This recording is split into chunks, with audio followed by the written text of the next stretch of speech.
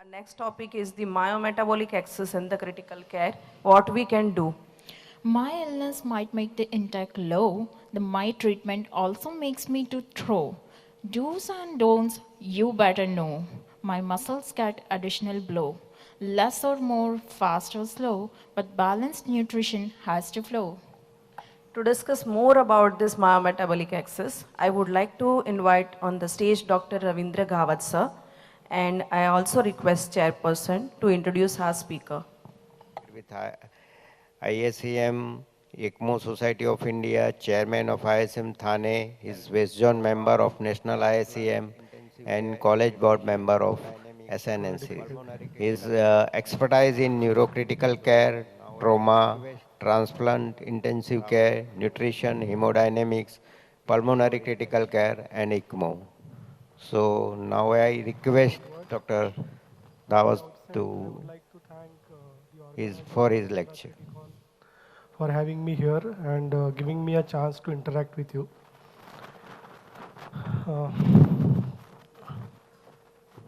This way. So the topic that we are going to discuss is the myometabolic axis, muscle health as a predictor of recovery in critical illness. I have a disclaimer that this presentation has been made by Abbott for me.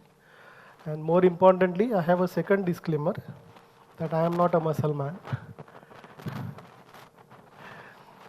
So in the next few minutes, we will try to find out what is the impact of muscle mass loss in ICU acquired weaknesses in critical ill patients, and how do we assess actually the muscle health in a particular patient, and whether there is any role of early nutrition, especially oral nutritional supplements, that would help to mitigate muscle loss in ICU patients. So we'll start with a common scenario case: 55-year-old male, hypertensive, diabetic, gets admitted to the ICU with breathlessness, fever, cough.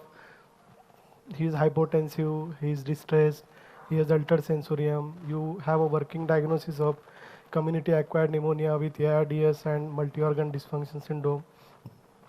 You start immediately like routine management, under close monitoring. Intubated, the patient is intubated, ventilated, resuscitated for shock. Receive steroids as a part of community acquired pneumonia, sedatives, neuromuscular blocking agents because he's not getting ventilated well, or requires any form of NMDS.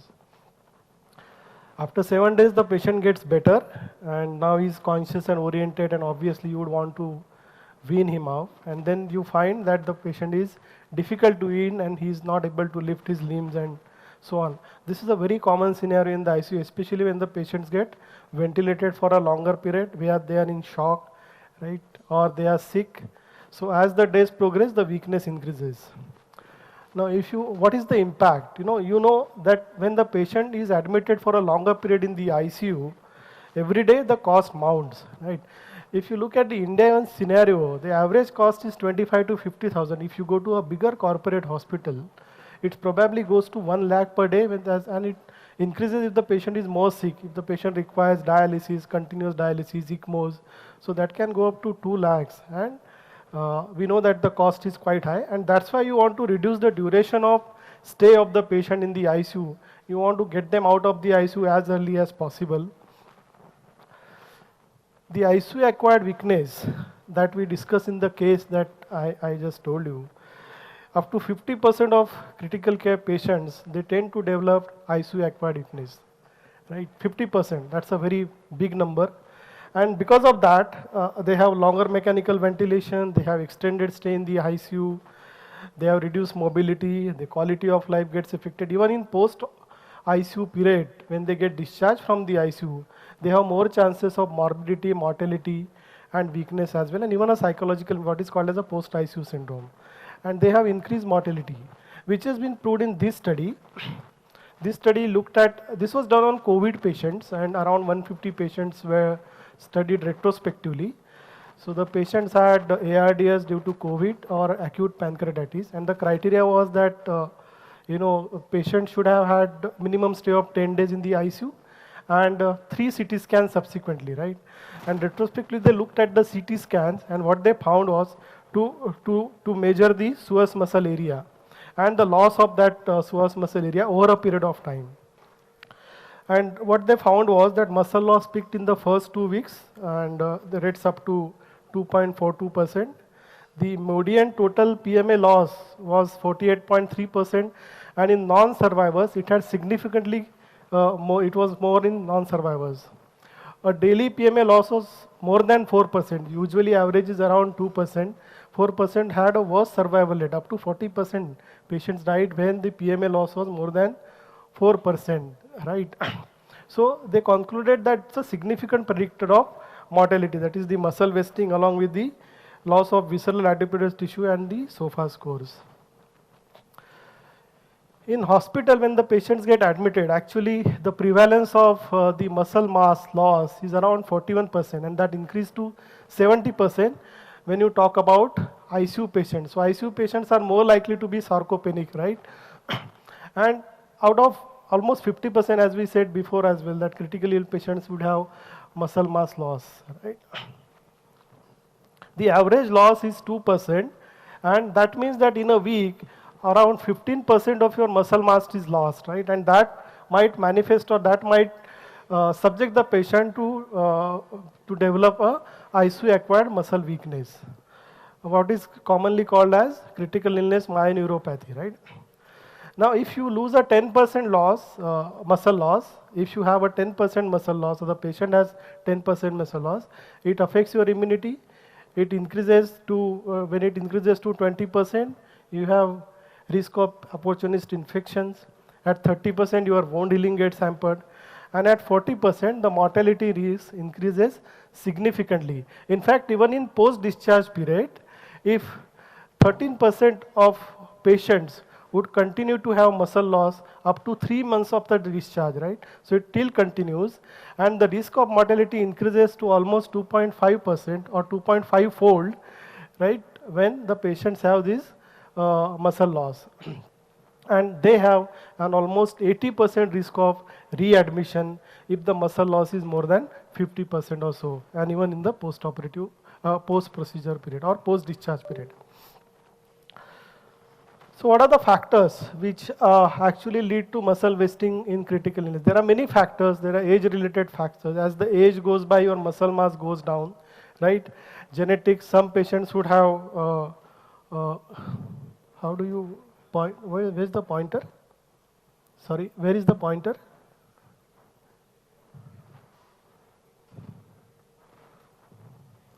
Anyways, so, I'm sorry. Your nutritional condition, what it was before entering the ICU, hormonal shifts, and female patients are more likely to develop ICU-acquired weakness as compared to male patients because their muscle mass is less, right? Then, of course, your muscle strength, your mitochondria, your phenotype and genotype, you know, what religion you are, how was your build. Like Europeans have a very good build, you know, they are heighted, they have all good muscles, as compared to Indians and Southeast Asians. We don't have that much of muscle strength and, you know, the heights as well. And the critical illness related factors like immobility, patients are in the bed, anabolic resistance, they are into inflammatory stage because of the disease, iatrogenic undernutrition. Nutrition is usually or mostly overlooked. You know, we usually look at antibiotics, we look at infection, we look at infection prevention, but what we don't look at is the nutrition. What we don't look at is the fluids, which actually, you know, impact the outcomes in the patient. So all those things needs to be looked at. Now, how do you assess the muscle health at the bedside?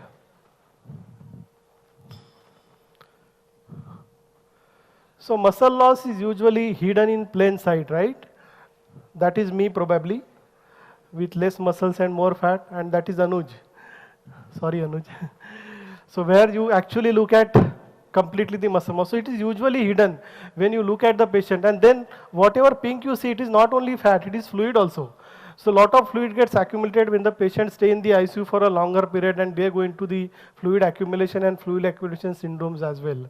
So the actual weight is not what the muscle weight is, right?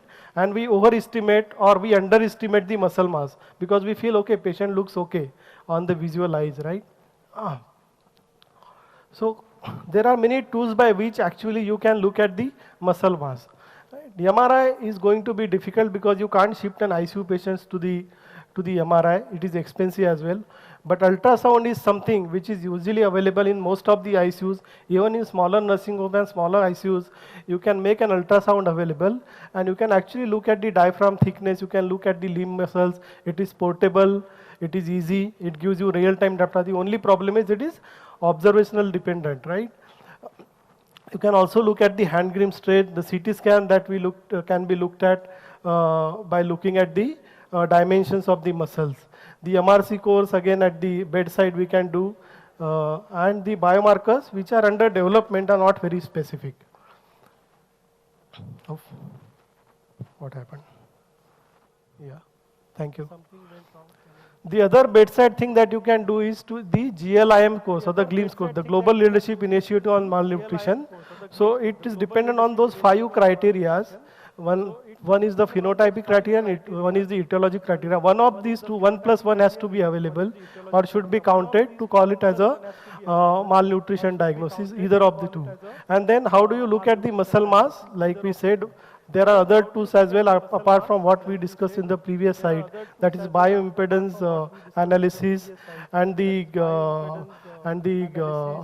X-ray, which is the dual energy X-ray absorptiometry, which are not available in our ICUs usually, in advanced ICUs maybe.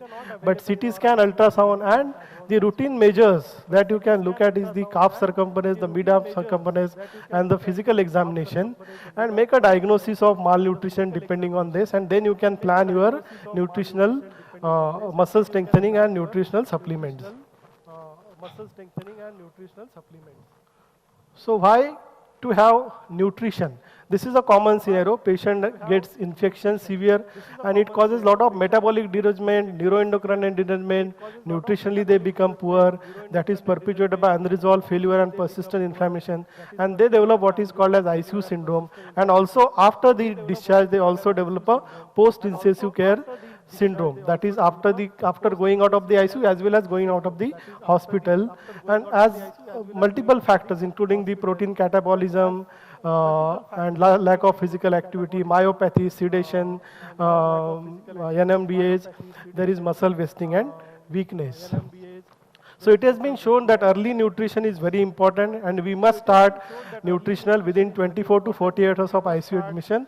And it is shown that when you start the nutrition early, it impacts the outcome. The outcomes are better when the nutrition is started within 24 to 48 hours. And it also prevents your ICU acquired method. Early nutrition and early mobilization are the key.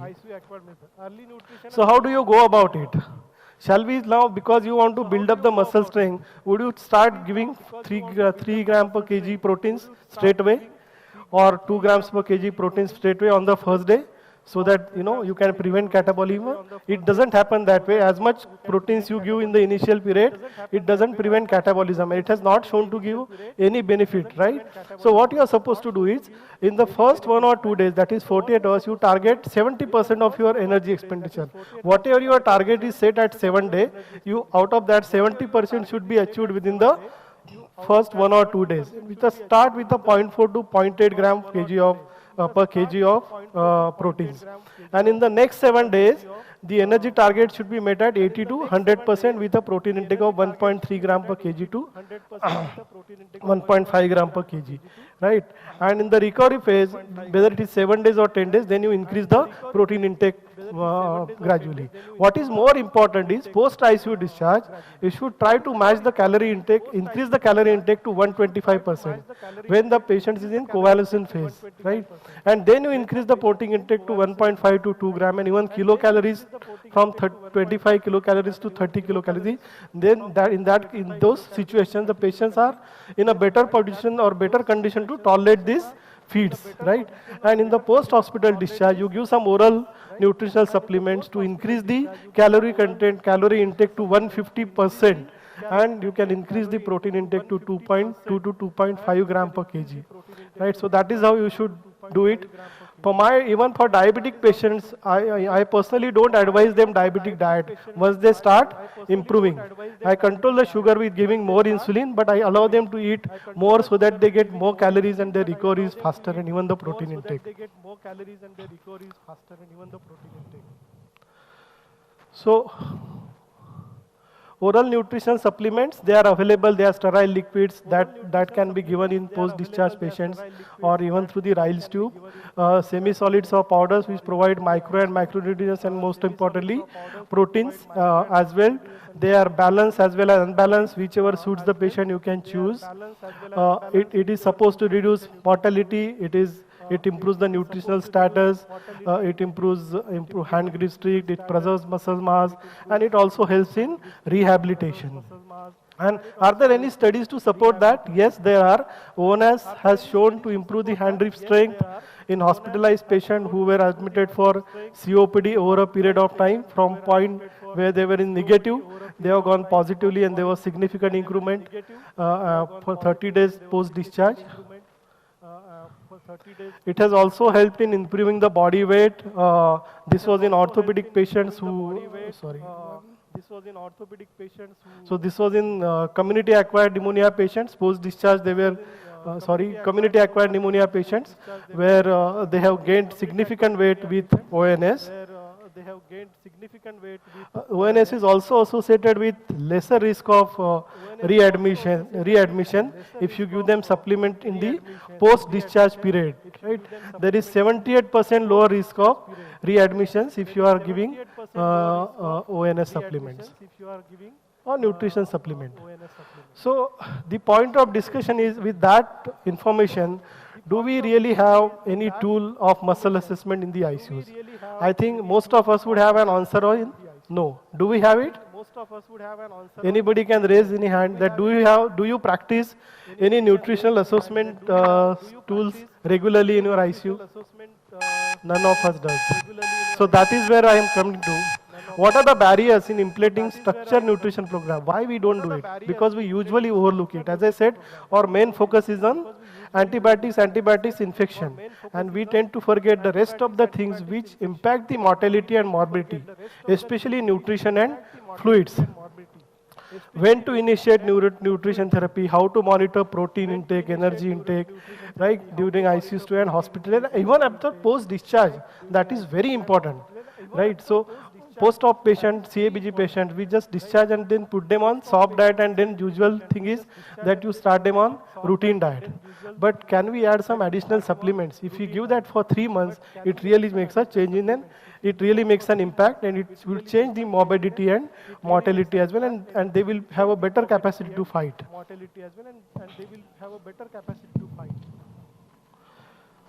So the need of the hour is to have a stewardship program, like we have antibiotic stewardship. We also should have a nutritional stewardship program, and we should also have a fluid stewardship program, which is lacking in almost all of the ICUs, and that is the need of the hour to improve mortality. And that's a summary of whatever we discussed, how to start. The important point is, if you have a patient who is not tolerating enteral feeds, or by some reason you are not able to start enteral feeds, you should also consider total parental nutrition or partial parental nutrition to match up the calorie intake in the initial phases. So in summary, what it tells us is that muscle mass loss in critically ill patients coupled with ICU acquired weakness impacts recovery. There are enough studies, and logically also it makes sense that we know that. Second, early enteral nutrition could help mitigate muscle loss in ICU patients. And in post-discharge, especially once the patients are on oral diet, you can actually supplement them with oral nutrition supplements. Thank you. Thank you so much. Any questions? I would like to, Dr. Ravindra, that was a comprehensive talk. And first of all, thank you organizing committee for giving an invite to one odd one out. I'm a only nutritionist among you all senior doctors. So I have one comment and one question. So the question first, what are the protocols you are using for bedside muscle assessment in So, ICU? yes, so as I said, most of our ICUs, including my ICU, don't have protocols for nutritional assessment. I would be very honest. But whatever we have is predominantly the mid-arm circumference and the calf circumference, like the bedside test. We are not using. And then you also look at your visual, that is the third criteria. You know, what the patient must have lost a weight, you know, weighing the patient, that which becomes difficult, of course, when the patients are lying down in the bed. But a visual impression that you can see that a patient is lost.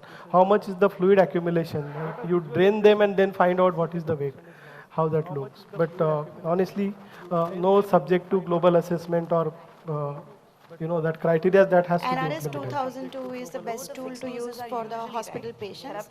And one another comment, because when you are talking about the anthropometry, it is always compromising ICU Absolutely, patients. absolutely. And the one another comment, in one of your slides, you have shown the first 48 hours, you have to give the 70% of estimated energy. I think I really contradict here, because you have to start with only 25%, and in some of the patients we selectively do the delayed nutrition support provision also. So it depends on what type of patient you are facing. You are absolutely correct. So if you have a patient who has got severe shock and multi-organ failure and with ileus, probably here you will have to go slow on your feeding. Maybe you start with 25% what you have, then increase to 40%, 50% as per tolerance. But if you have a post-op patient who has undergone a hip surgery, or anybody, you know, who is tolerating a feed, otherwise somebody who has got a stroke and got intubated because of the stroke, right, and has an endotracheal tube. Here there is no point in building up from 25% in the next day, because before that he was eating well. You know, he doesn't have hemodynamic instability. So here you can go up to 70%. So here But depends on the profile of the patient. So one small question again. So if there is no tolerance to enteral nutrition, so how will you, I mean, how aggressive you will be to start the parental nutrition on what day?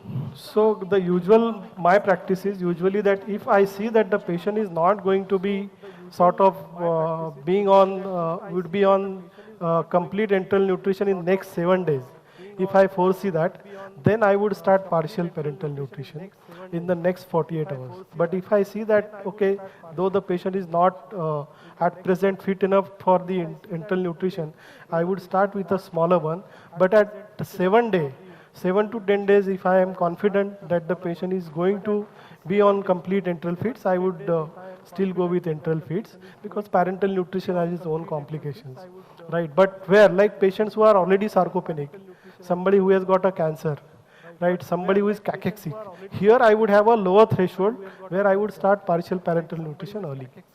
With 3-in-1 or just amino acid? Usually I start with carbohydrates and proteins, and usually I don't prefer the fat one initially, because when you give fat and the patient is sick, it increases the chances of infection. So later on I would switch over to the 3-in-1 formula. Thank you so much. 25% around in most of the supplement and the 30-gram servings, if we give 2 or 3 times, is it as good in qualitative quantitative manner as a dietitian can start a real balanced diet or real balanced food? See, we have to look at a nutritional, it is not nutritional replacement, it is nutritional supplement. So there is a difference between replacement and supplement. So when you say supplement, it is a supplementary to your diet. Like most of us, we eat vegetarian food and it doesn't give you enough protein intake when you when you eat. Even non-vegetarians, it is not good enough to satisfy your nutritional needs. So here, it is a supplement. So you do whatever the dietitian is doing, whatever you can do with the diet, and give some additional supplements to match the requirements. Especially in the post-recovery period, post-discharge period, if somebody is sick, you want to go to a level of 2.5 to 3 grams or even 2 to 2.5 grams of protein per kg. That will not be sufficient. We'll have to eat large diets, 1 kg chicken or something like that. So, Thank so you. maybe these oral supplements would help. Thank you so much, Dr. Ravindra Ghavat, Thank you. sir. Thank you so much.